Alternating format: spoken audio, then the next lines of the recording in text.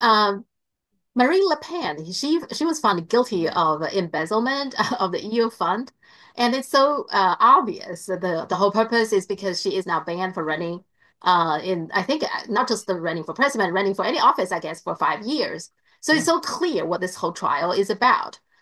What is your Yes. take on this? Well, you just asked. Well, I agree. Let me put it like this. I mean, can I just say something? I mean, I am absolutely confident that Marine Le Pen committed this crime. I Okay. mean, I have no doubt about it. I used to live in France. I used to know French politics very, very well. Um, the kind of corruption she engaged in is the kind of corruption that every French political leader of any level engages in. French politics is profoundly, deeply corrupt in this fashion.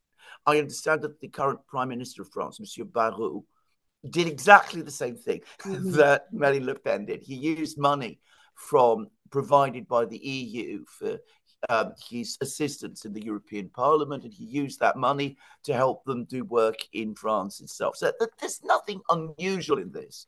This prosecution, like many other prosecutions in France, was directed at Marine Le Pen in order to knock her out of French politics because she's seen as a non-system politician, an opposition politician to the current establishment. And at the same time, there's a serious risk now that she might win the elections in 2027. And Mhm. that is something that cannot be allowed. It's as simple as that. How do you feel about elections in general now? We see more and more these kind of thing happening. Like Romania, they canceled the No. election because they thought that the so-called far right person might win. And Erdogan, we talked about last time, I think he arrested his political opponent, at least find some ways to cancel that person. Marcos Jr. in the Philippines, he arrested Duterte and even sent him to Hague, even though the Philippines, my understanding, is not even part of the ICC. So all these things are going on. It's getting more and more, it seems to me like the elections are getting more and more destructive and become brutal, the fightings.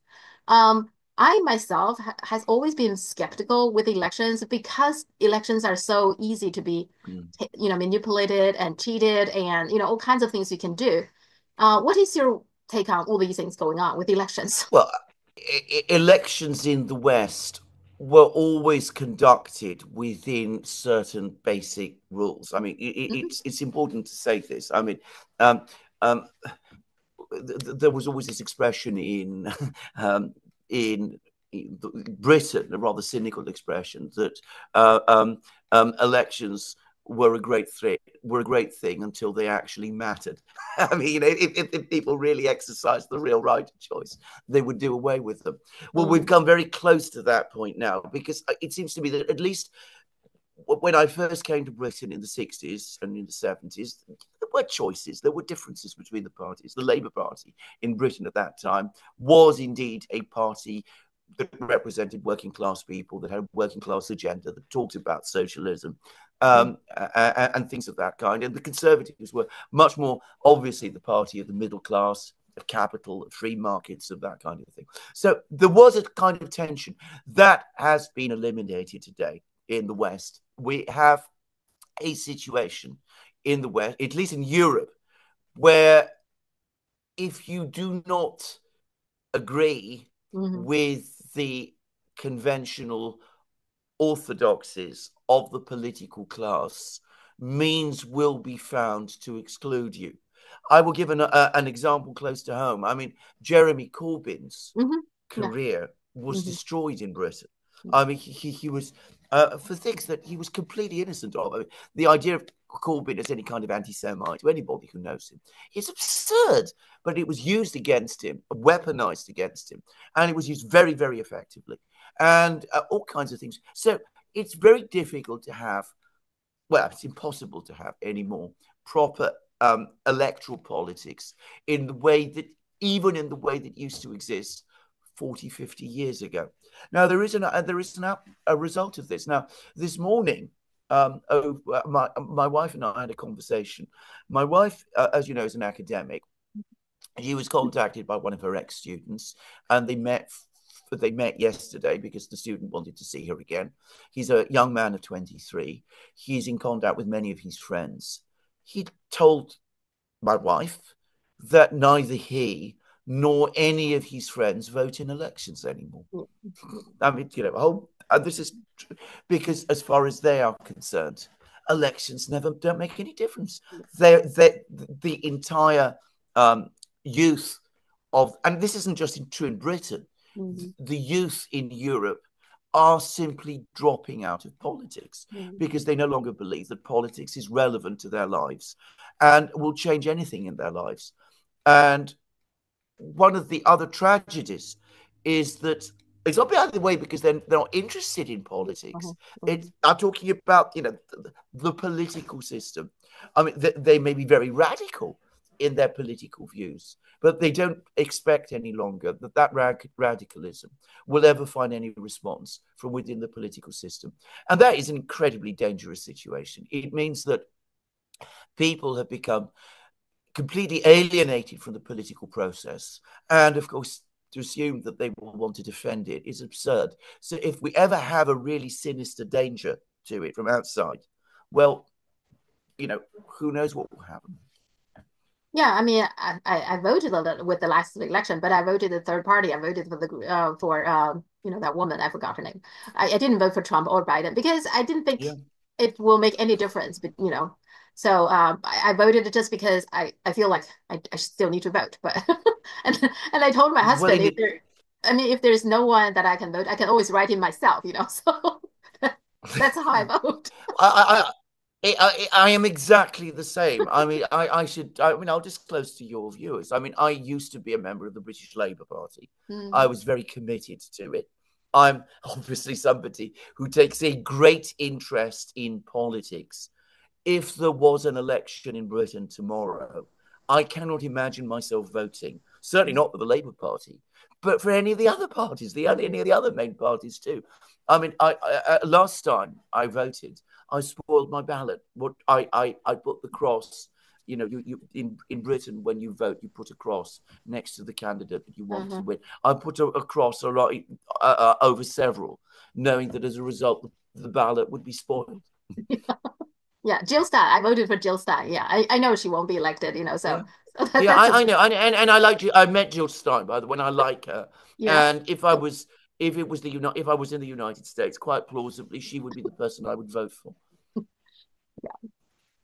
Um, One thing also happening in Britain, British Steel was closed after the British government declined to help, which is they have money to go to Ukraine, but they don't have money to rescue their own steel company. Okay, that's interesting. At the same time, also Germany also demolished its most advanced coal plant.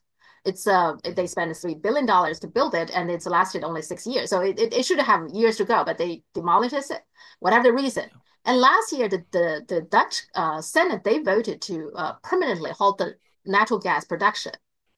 Seems to me Europe, these European countries, at some point these are all industry powerhouse, right? They decided to speed up their own deindustrialization. Is that what's going on in Europe now?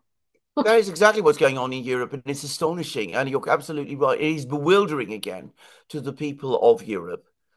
People in Europe don't understand it. I don't understand it fully. And we come back to your previous point. I mean, we vote for different parties, Uh-huh, but the uh-huh, policy remains the same. It remains as destructive as always. So, British Steel, I mean, I can remember how important it was in the 60s and 70s in Britain to preserve a steel industry. I mean, it used to be something that used to dominate the media. The most extraordinary thing about the collapse, the extinction of mhm. the British steel industry is that it's more noticed and talked about in China than it is here. I mean, it's it's Yeah, it's it's true. yes, yeah. Because it's stunning. Because that Yeah, the British government refused to step in and to bail out. At the same time, you're sending money to Ukraine, right? So yeah. yeah, yes. Okay.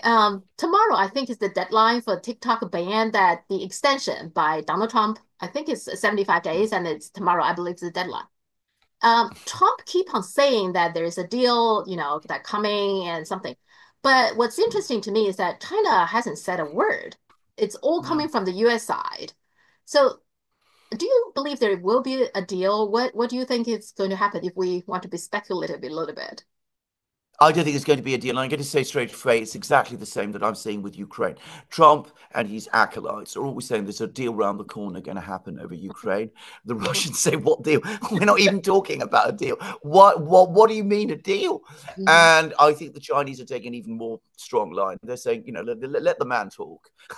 The Uh-huh. reality is, we are not in discussions with him. So I don't think there's going to be a deal because what is the compromise? Yeah, I mean, yeah, yeah, what is China supposed to, I mean, the deal he wants is one where China hands over TikTok.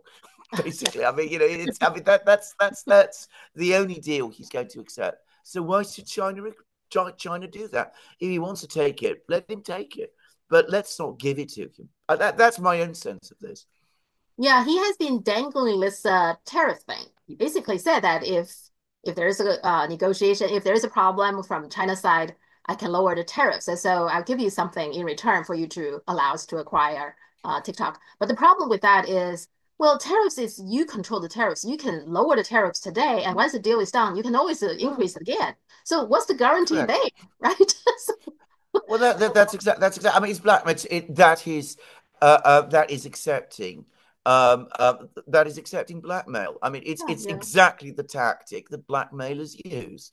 Mhm. Oh, I'm your friend. Uh-huh.